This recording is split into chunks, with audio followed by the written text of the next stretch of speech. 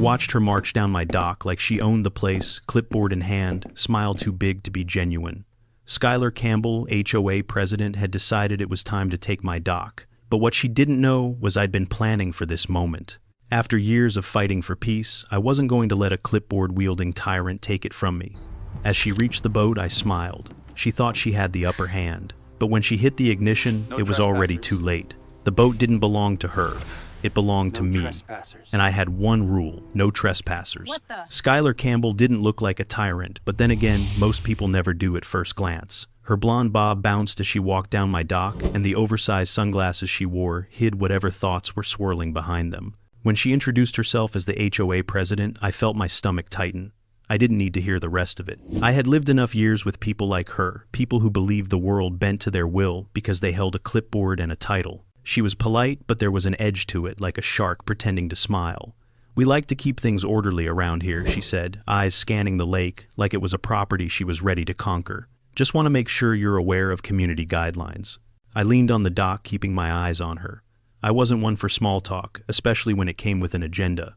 "This is private property," I said, my voice steady. Her smile tightened just enough to be noticeable. "Of course. But we do like to encourage community involvement, events, gatherings, shared access to the water." She stepped closer, the sound of her sandals crunching on gravel a little too deliberate. That's when I knew Skylar wasn't just trying to talk to me. She was trying to take something from me. And that, I wasn't about to let happen. A few days after Skylar's visit, I found a flyer tucked under my mailbox. The bold letters read, "Welcome to Lakeview Serenity," a name that should have been as calm as the lake itself. Instead, it had the same feeling of a snake charmer's song. The flyer detailed HOA community events from family barbecues to weddings and sunset cruises, all of which required the use of the lake. I could already hear the unspoken demand beneath the cheery text, "You will participate." I wasn't in the mood for passive-aggressive threats disguised as welcoming gestures, so I tossed the flyer into the trash. But the next day, there was another one. And the day after that, Skylar's little welcome wagon was rolling in fast. They were always polite, always friendly, but the pressure was there, like someone standing just a little too close trying to make you feel cramped.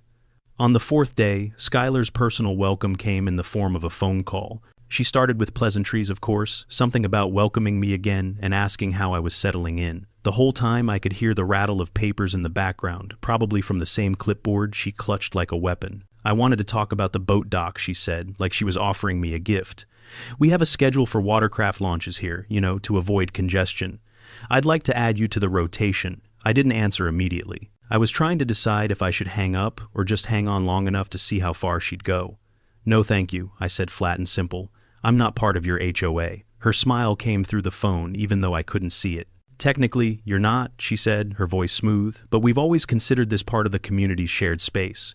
It's a formality, really. You wouldn't want to make things difficult, would you?" Her words were a gentle nudge. I wasn't buying it. "I think I can manage on my own," I said. "Thanks, but no thanks." A week later, I came home to find Skylar's SUV parked near the entrance to my property.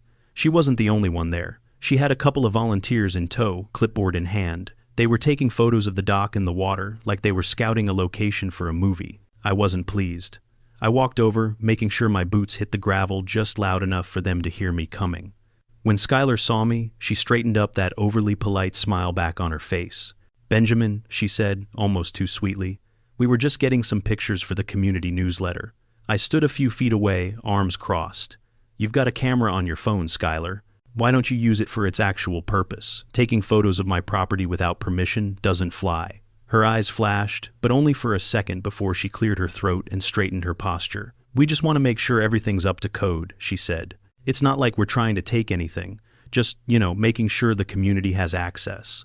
I shook my head. "You've got a funny way of making sure of that. First you try to schedule my dock. Now you're just wandering around, taking photos of it." Skylar seemed taken aback for a moment, but she recovered quickly. "We're just assessing the situation," she said. "You wouldn't want to be a bad neighbor, would you?" Her tone was sugar-coated, but I caught the threat beneath it. "That's where you're wrong, Skylar. This is my property. And if you ever trespass here again, I'll be calling the sheriff." A few days later, I found a note slipped under my door.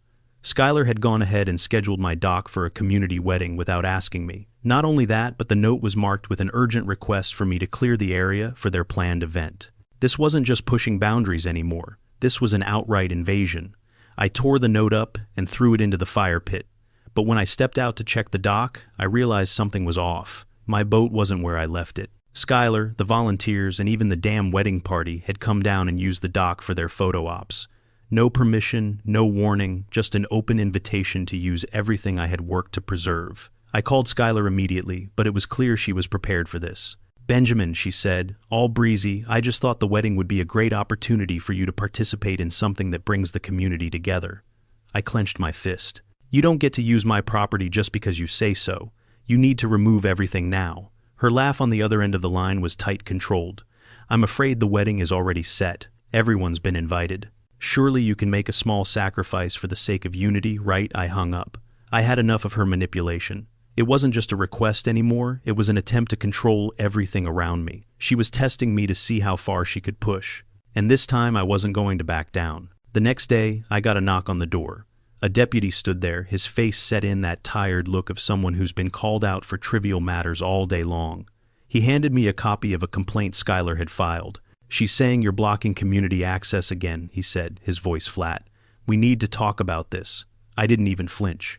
"Tell her to go to hell," I said. "I'm not breaking any laws. She's harassing me. I'm just doing my job," the deputy said. "But if she's got a real complaint, we'll handle it." I smiled coldly. "She's got a fake complaint. Tell her to get a life." That afternoon, Skylar showed up at my gate with a handful of legal papers. She'd gone ahead and filed for a community access order against me. She wanted my gates open on weekends, no exceptions. It wasn't a request anymore. It was a demand. I could see the satisfaction in her eyes, like she finally thought she had me cornered. But I wasn't done. I'd been waiting for this moment, knowing it would come. The boat ghost was ready. I had set everything in motion already. "Skylar," I said as she approached, "let's get one thing straight. This is my property, and if you want to keep pushing, I'll show you just how far I'm willing to go." I turned and walked back toward the dock, my mind already calculating the next step. This wasn't just about the lake anymore. It was about boundaries, and if she was about to cross one, I had a few tricks left up my sleeve. Skylar arrived at the dock like a storm in heels, her usual clipboard in hand, her sunglasses reflecting the lake like some twisted mirror of authority. She was here to negotiate again, but this time I was done with negotiating. "I gave you a chance," I said, standing between her and my boat. "Now you need to leave. This is private property." Her smile faltered only slightly before she recovered, her eyes narrowing behind the lenses. "Benjamin, we've been more than reasonable," she said, voice sweet, but laced with the kind of venom that only people like her could manage. "We've given you every opportunity to be part of the community." I crossed my arms. "The community doesn't get to steal my property. You've crossed the line more times than I can count. Now, leave. I'm done with you." Skylar stepped closer, as if she could intimidate me by sheer proximity. "I'm not leaving until we resolve this." I gestured to the lake. "Then you're going to be waiting a long time. Because this is my property, and no amount of your sweet talk is going to change that." Just as she took another step, I pressed a button on my phone. Her head snapped to the side as the live feed from my cameras loaded onto the screen. Skylar's face drained of color when she saw the footage. On the screen, she was there walking down my dock without permission, snapping photos, trespassing, and then attempting to board my boat.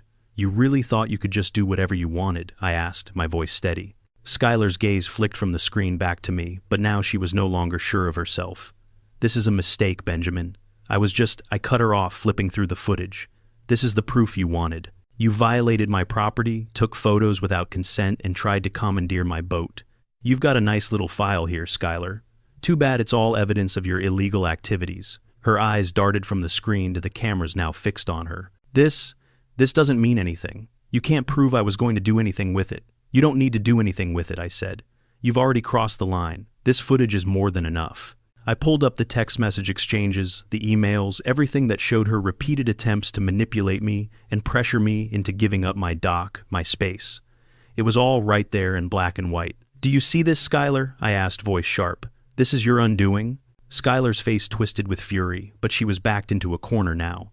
She reached for her phone, no doubt ready to call in backup. But before she could, Deputy Mark Howard appeared, his cruiser turning onto the gravel path, with the unmistakable hum of authority. "Skylar," he said, his voice a low rumble, "you're on his property. You're trespassing." Again.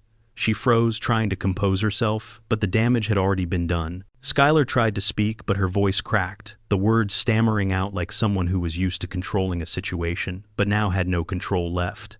This isn't how it's supposed to go. I'm just making sure." Deputy Howard raised a hand to silence her. "You've had more than enough chances, Miss Campbell." He turned to me. "Benjamin, you're good to go. Let's get her off your property." Skylar's face contorted into a snarl as the deputies approached one of them ready to cuff her, but before they could, she finally snapped. "You don't understand," she hissed, her voice desperate. "This is bigger than you. I'm doing what's best for the community. This isn't about you." I watched her for a long moment, no sympathy, no guilt. "No, Skylar," I said quietly. "This is about you thinking you can take whatever you want. But you messed with the wrong person. This is my land, and I'll defend it with everything I've got." Skylar was escorted away, her face pale and wild, her mind still spinning, trying to find another angle to fight. But the battle was over. I had won. As I watched the deputies guide her toward their car, I couldn't help but smile. Skylar had walked in thinking she was in control, but all she had done was set the stage for her own downfall. The days after Skylar's humiliating departure were quiet. Too quiet. The HOA board members who had once blindly followed Skylar's lead began to take a step back. I could feel the shift, a subtle tension lifting from the neighborhood, as though the entire area had been holding its breath and was finally allowed to exhale. The phone calls stopped, the flyers stopped, even the reassuring knock on my door from Skylar's volunteers, armed with clipboards, had vanished. It wasn't just me who felt the change.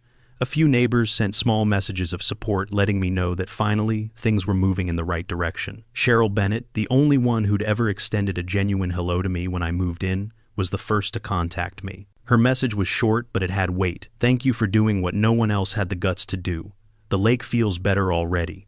I smiled, feeling the relief wash over me. Cheryl had been one of Skylar's silent victims. She'd never been loud, never been the type to create drama, but when it came down to it, she too had wanted things to change. For the first time in months, my phone buzzed with messages that weren't linked to an HOA complaint. It was just friends and neighbors sharing a laugh, or one of the kids asking if I'd teach them how to fish.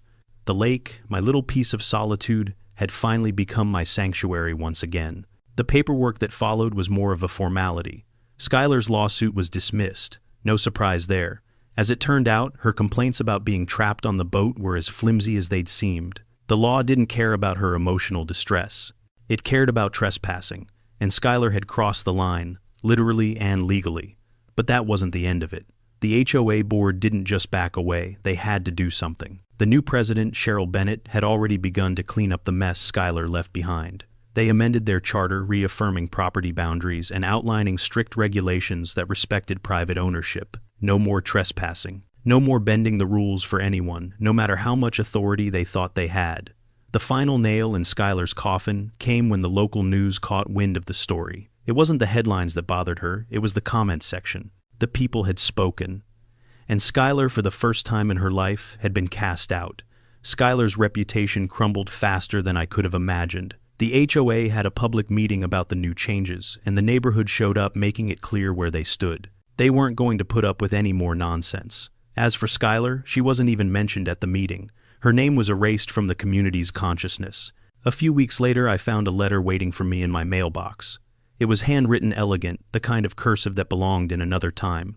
I opened it already knowing who it was from. The writing was neat, the tone polite, but there was an unmistakable warmth in the words. "Dear Mr. Reed, while the HOA cannot officially condone the actions you took with your boat, many of us secretly applauded it. You did what none of us had the courage to do. We've amended our charter to reaffirm property boundaries and personal privacy. I hope the lake feels like home again. Sincerely, Cheryl Bennett." I sat for a long time after reading it, holding the letter in my hands. The weight of it felt real. The community wasn't just backing down, they were rebuilding. The very thing Skylar had tried to steal from me, the right to privacy, was now being embraced by the people who had once let her run amok. Later that evening, I took Ghost out for a quiet drift on the lake, just me and the boat and the moonlight stretching across the water. The lake had always been beautiful, but tonight it felt like something else entirely earned. I hadn't just fought for peace, I had won it. Skylar's house, once a familiar sight across the water, sat empty. The windows were dark. The for sale sign in her yard seemed to mock her in ways nothing else could. She had taken her battle elsewhere, leaving behind only the sound of the water lapping at my dock. I wasn't going to celebrate. There was no need for fireworks or loud speeches. The victory wasn't in the fight, it was in the silence that followed it. It was in knowing that the war for my peace had been won and the battle had been fought with strategy, not anger. I thought about Skylar for a moment, but I didn't feel anger. I just felt satisfaction. The kind that comes with knowing your peace is unassailable. The kind that comes when you've defended what's yours. As I sat on the dock, I thought about how far I had come from the desert to the jungle to the lake. The mission had always been the same, to find peace and to defend it with everything I had. This lake wasn't just my home. It was the symbol of everything I had fought for, everything I had survived. And now it was mine again.